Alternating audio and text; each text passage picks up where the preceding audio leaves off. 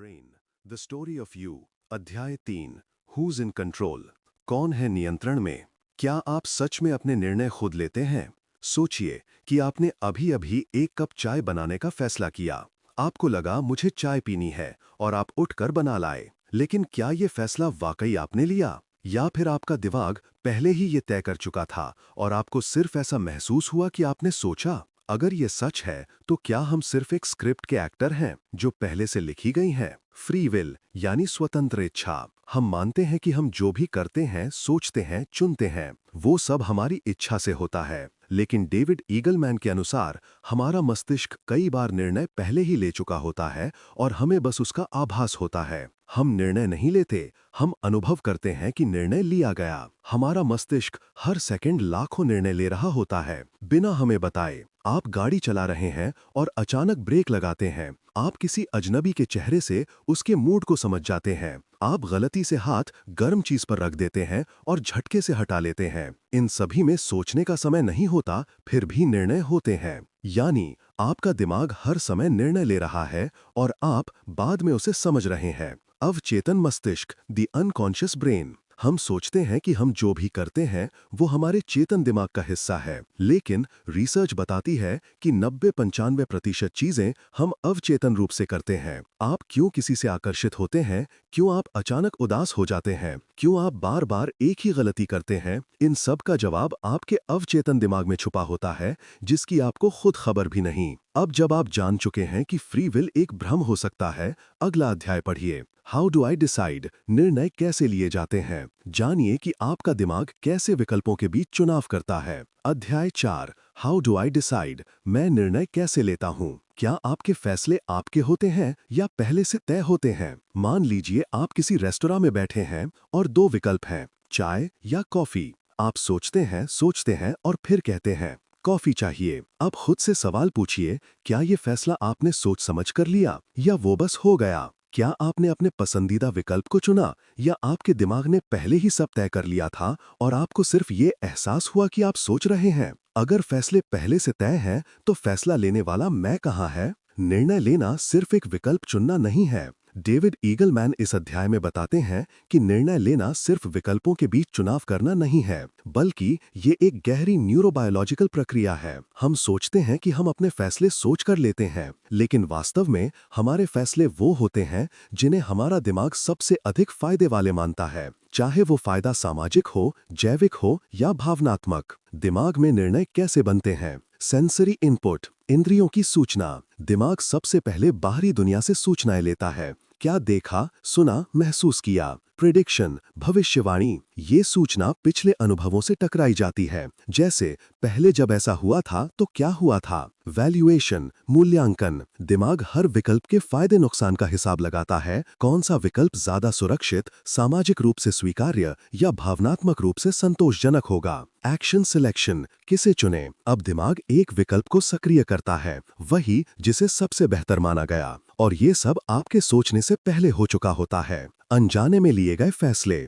हम अपने दिन के 90% से अधिक निर्णय बिना सोचे समझे लेते हैं। आप कौन सी राह चुनते हैं, खाने में क्या लेंगे, फोन कितनी बार चेक करते हैं, ये सभी आदतों, भावनाओं और डिफॉल्ट पैटर्न्स का हिस्सा है जिन्हें आपने कभी चुना ही नहीं, वो बस सिस्टम में कोड हो चुके हैं। डोपामीन, खुशी का तौलने वाला हार्मोन। आपका दिमाग हर निर्णय में पूछता है, इससे मुझे डोपामीन मिलेगा या नहीं। डोपामीन एक न्यूरोट्रांसमीटर है जो संतोष, इनाम और खुशी से जुड़ा होता है। क्या इस प्रक्रिया को बदला जा सकता है? हाँ, और यही सबसे बड़ी उम्मीद है। ध्यान, मेडिटेशन, थेरेपी, अच्छी संगति और नया ज्ञान, ये सब दिमाग की निर्णय प्रक्रिया को रीवायर कर सकते हैं। अगर आप लंबे समय तक सही निर्णय लेना चाहते हैं, तो जरूरी है कि दिमाग को नए अनुभव और स्वस्थ इनाम दें। मैं निर्णय नहीं लेता, निर्णय मुझे चुनता है। आगे क्या करें? अब जब आप जान चुके हैं कि निर्णय कैसे लिए जाते हैं, अगला अध्याय पढ़िए। Why do I need you? मुझे दूसरों की जरूरत क्यों है? आपके निर्णयों में समाज, रिश्ते, दोस्त और परिवार कैसे शामिल होते हैं, ये समझना आपके स्व को और गहराई से जानने का रास्ता है। चलिए अब अगले अध्याय में मिलते हैं, जहां आप खुद से नहीं, दूसरों से जुड़ने की वजह समझेंगे। अध्याय 5। Why do I need you? मुझे तुम्हारी जरूरत क्यों है? अगर आप अकेले होते तो क्या आप होते? कल्पना कीजिए, डेविड ईगलमैन कहते हैं, relationships are not a luxury, they are a biological necessity. रिश्ते ना हों तो हम टूट जाते हैं, शारीरिक रूप से भी और मानसिक रूप से भी। मैं प्लस तुम, हम। ईगलमैन बताते हैं कि हमारे दिमाग मल्टीपल ब्रेन से जुड़े होते हैं। हम दूसरों के व्यवहार से सीखते हैं, उनकी प्रतिक्रिया से अपना व्यक्तित्व गढ़ते हैं और उनका अनुभव अपना बना लेते हैं। यानी हम अलग अलग नहीं, हम एक सामूहिक चेतना का हिस्सा हैं। अब जब आप जान चुके हैं कि दूसरों की जरूरत एक बायोलॉजिकल फैक्ट है, अगले अध्याय में पढ़िए व्हाट इज एन इंडिविजुअल। एक व्यक्ति क्या होता है? क्या व्यक्ति सच में स्वतंत्र है या फिर वो सिर्फ सामाजिक नेटवर्क का एक नोड है? अगला अध्याय आपकी पहचान की सीमाओं को। अध्याय 6, व्हाट इज एन इंडिविजुअल। एक व्यक्ति क्या होता है? क्या व्यक्त एक भ्रम है? आप खुद को एक स्वतंत्र, अलग और विशिष्ट इंसान मानते हैं, लेकिन अगर आपकी यादें, पसंद, व्यवहार और भाषा सब दूसरों से आई हों, तो आप कहाँ खत्म होते हैं और बाकी दुनिया कहाँ शुरू होती है? क्या मैं नाम की कोई चीज सच में मौजूद है या ये सिर्फ समाज और दिमाग की बनाई गई एक कहानी है? इस अध्याय में डेविड ईगलमैन हमें व्यक्ति की सीमाओं को फिर से परिभाषित करने के लिए आमंत्रित करते हैं।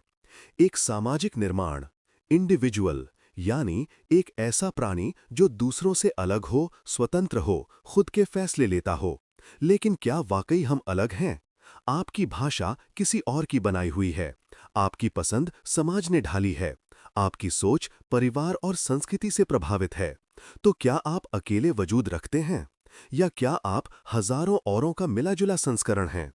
आपका दिमाग भीड़ का संगम, आपका मस्तिष्क किसी एक स्वयं से नहीं बना, बल्कि ये एक जटिल नेटवर्क है, हजारों आवाजों, प्रभावों और यादों का। The brain is not one thing, it's a democracy of competing systems. David Eagleman यानी एक हिस्सा सोचता है ये करो, दूसरा हिस्सा कहता है नहीं रुक जाओ, तीसरा डराता है, चौथा प्रेरणा देता है, और इन सब के बीच जो निर्णय होता है उसे आप कहते हैं मैं। Science self is not fixed. Neuroscience कहता है कि आपकी पहचान, आइडेंटिटी स्थायी नहीं होती, बल्कि समय, अनुभव और परिवेश के अनुसार बदलती है। बचपन में जो आप थे, कॉलेज में जो बने और अब जो हैं, ये तीनों आप अलग-अलग लोग हैं। तो व्यक्ति क्या है? शायद एक समयबद्ध संस्करण, एक मोमेंट्री सेटिंग जो पल-पल बदल रही है। हैशटैग पजल, क्या मैं एक इकाई हूं या एक प्रणाली? आप खुद को एक यूनिट समझते हैं, एक बॉडी, एक आत्मा। लेकिन डेविड ईगलमैन बताते हैं कि इंसान एक कॉम्प्लेक्स सिस्टम है। लाखों न्यूरॉन्स, दर्जनों कॉन्फ्लिक्टिंग सोचने वाले हिस्से और समाज से मिली अनगिनत इनपुट्स आपका दिमाग हर क्षण अपनी ही सोच से बहस करता है। मैं की भावना जरूरी भ्रम। तो क्या व्यक्ति नाम की कोई चीज है ही नहीं? ईगलमैन कहते हैं, हो सकता है सेल्फ एक भ्रम हो, लेकिन ये जरूरी भ्रम है। ये भ्रम हमें समाज में जगह देता है, जिम्मेदारी लेने लायक बनाता है और हमें अस्तित्व का अनुभव देता है। यानी मैं एक कहानी है जो दिमाग खुद को सुना रहा है ताकि वो जीवन जी सके। अब जब आप जान चुके हैं कि व्यक्ति कोई स्थायी इकाई नहीं, तो अगला अध्याय पढ़िए, हु विल आई बी, मैं आगे क्या बनूंगा? क्या आप भविष्य में वही रहेंगे जो आज हैं, या दिमाग की ये कहानी एक नया अध्याय लिखने वाली है? अगले अध्याय में जानिए कि कैसे हमारा मस्तिष्क समय के साथ खुद को फिर से गढ़ता है। अध्याय 7, हु विल आई बी, मैं आगे क्या बनूंगा? क्या भविष्य का आप आज के आप जैसा ही रहेगा? क्या आपने कभी अपने पुराने फोटो देखकर सोचा, क्या ये मैं ही था? फिर खुद से पूछा, मैं बदल गया हूं, लेकिन मैं क्यों बदला? और अगर आप बदल चुके हैं, तो भविष्य में आप क्या बनेंगे? क्या आपको आज का आप तब भी पसंद आएगा? डरावना या रोमांचक लग रहा है ये अध्याय? यही बताता है, आप स्थिर नहीं हैं, आप बदलने वाले हैं, हर पल, हर दिन। भूमिका, दिमाग बराबर प्लास्टिक, आप बराबर परिवर्तनशील।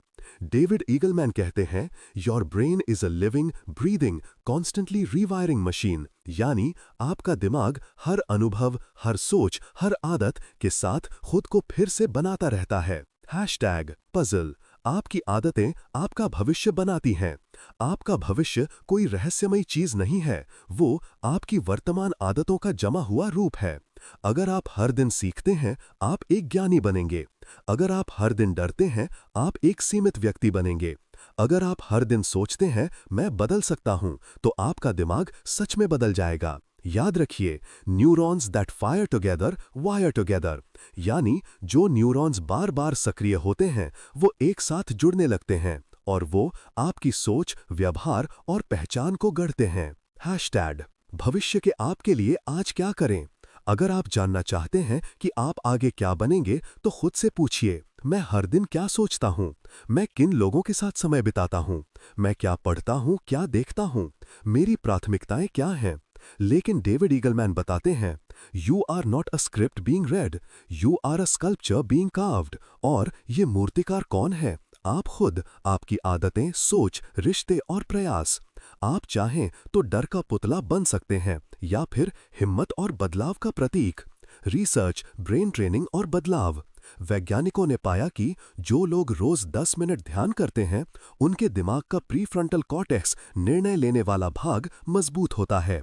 जो लोग नए कौशल सीखते हैं, उनका हिपोकैम्पस, याद रखने वाला भाग, बड़ा होता है। जो लोग व्यायाम करते हैं, उनके ब्रेन में नए न्यूरॉन्स बनते हैं। यानी आप सच में अपने दिमाग की शेप बदल सकते हैं। अब जब आप समझ गए हैं कि भविष्य का आप आपकी आज की सोच और आदतों से गढ़ा जाएगा, तो अगला अध्याय पढ़िए, हु कैन आई बिकम, मैं क्या बन सकता हूं। इसमें हम उस संभावित शक्ति की बात करेंगे जो आपके भीतर है, जो सिर्फ बाहरी सफलता नहीं बल्कि आंतरिक परिवर्तन ला सकती है। बुक, क्या आप तैयार हैं अपनी सबसे श्रेष्ठ संभावना को जानने के? अध्याय 8 हु कैन आई बिकम, मैं क्या बन सकता हूं। क्या आपके भीतर छुपा हुआ आप आज के आप से बिल्कुल अलग है? आप क्या बन सकते हैं? एक कलाकार, वैज्ञानिक, नेता, शिक्षक या कुछ ऐसा जिसकी आज आप कल्पना भी नहीं कर सकते। अब सवाल यह है, क्या आप खुद को बदल सकते हैं? क्या आप अपने व्यक्तित्व, सोच और दुनिया को देखने का तरीका बदल सकते हैं? या आपका भविष्य पहले से लिखा हुआ है? डॉक्टर डेविड ईगलमैन इस अध्याय में कहते हैं, you are not just a product of your past, you are the architect of your future possibilities. लेकिन डेविड ईगलमैन बताते हैं, आपका दिमाग पुराने पैटर्न को तोड़ सकता है, नए रास्ते बना सकता है। The brain is like clay, it moulds into whatever you train it to become. अब जब आप समझ चुके हैं कि आपके भीतर असीमित संभावनाएं हैं, तो दोस्तों कमेंट में जरूर बताएं।